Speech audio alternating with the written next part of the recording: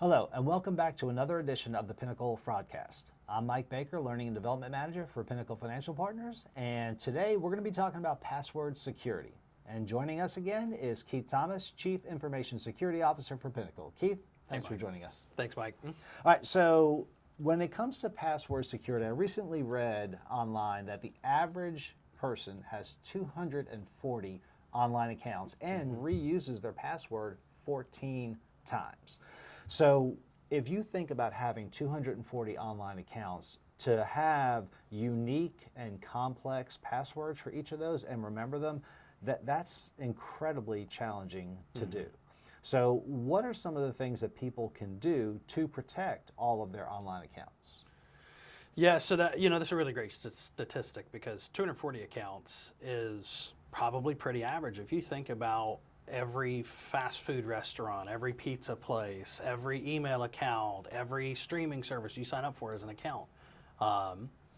So here's the issue that you run into. A lot of people reusing, they don't want to have to try and remember them. They're trying to make it easy, right? It's all about ease of use. If you got to try and remember 240 different passwords, it's going to be hard. So the very first thing I'm going to recommend is use a password manager. There's third-party tools out there. There's a lot of them available. That will store your password, fill it in for you when you get to the website or to the app to log in. It's going to be a huge benefit to you because then by using a password manager, you can then make sure you're using a unique username and password for every service you go to. That's going to be very important is you don't reuse those passwords, right? By using those unique user IDs and passwords, protects each one of those services individually. So even if one were to become compromised, not all of them are. Another thing you can do behind that is instead of, I kept saying password, right? Instead of using a password, use a passphrase. The longer the better. Instead of your password being password1 ! You can make it, my favorite dog is Sally. Capital M, capital S for Sally, put a period at the end or an exclamation mark because it's a sentence, it's a passphrase. The longer the better. What we're trying to protect against are hackers' ability to be able to crack that password. Basically, that's just fancy word for guess it correctly. The shorter it is, the easier it is. Average password, we're talking about an 8-character password. You can, with modern computers, it's minutes to crack those passwords. The longer the better, 14, 16 characters. A lot of cases, if you're using that password manager that we recommend, just have it generate it for you. You don't have to remember anything. You don't have to do anything. Just hit the generate button, it saves it for you, it fills it in for you, right? So that's going to tie into the next recommendation here. When we talk about password managers, don't use the built-in browser manager. Safari, Edge, Chrome, all of those all have some type of built-in password manager. Those are very convenient, but they're also very prone to attacks. If your computer becomes compromised, it's all built into the browser that you're using to access those compromised locations, right? So it's very easy for attackers to get that information. Yeah, there's a lot of security wrapped around them, but it doesn't protect against everything. So we do recommend using a third-party service. Anything's better than nothing, though. So if you can't afford a third-party service, or maybe it's going to be, you're part of a business, it's going to be 6 months before you can get there. Okay, well, let's at least use the Chrome one on the front end, or the Edge, or Safari, or whatever, but have a plan to get to that third-party service. And then last but not least, I want to touch on one more thing, and that's going to be make sure you change your passwords fairly often, right? 90 days, 2-3 months, it's going to be important. Don't leave those passwords hanging out there for forever.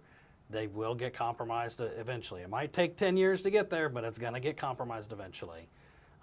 Make sure you change your passwords on a regular basis. Yeah, no, those are good tips. One of the things I think about is if I do reuse my password up to 14 times, one of my apps is my weakest link. So, and if that weakest link gets compromised, what else am I compromising if I'm reusing that username and password? But one of the things you said made me think of something else. So you mentioned unique user IDs. I know by default, a lot of times people tend to use their email address as their username, even if it's not required. And in my mind, the problem with that is you're essentially giving the bad guy half of what they need to get into that account. Is that accurate?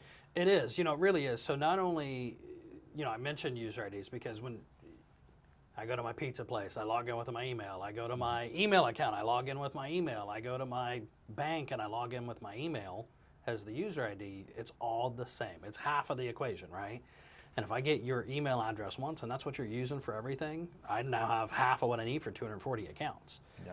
The dark web, a lot of times these hacks occur.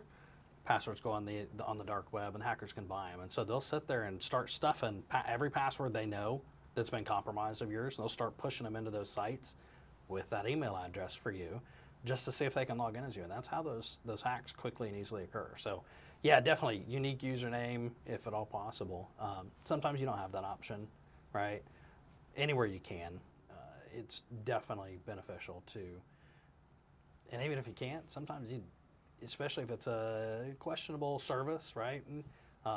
Create a new email address just for that one. Nothing says you have to use the same email for everything, right? That's a good tip. That's smart. I like that. So you mentioned changing it routinely. So even if you're using a password manager and that app has generated a complex password, you still want to routinely change those passwords as well. Correct. Yeah. All passwords, highly recommend. Again, at least every 2 or 3 months. Some of them you could stretch it out further, maybe. Just regularly, right? Whenever you can remember, whenever your password apps a lot of times will, hey, it's time for you to change this kind of thing.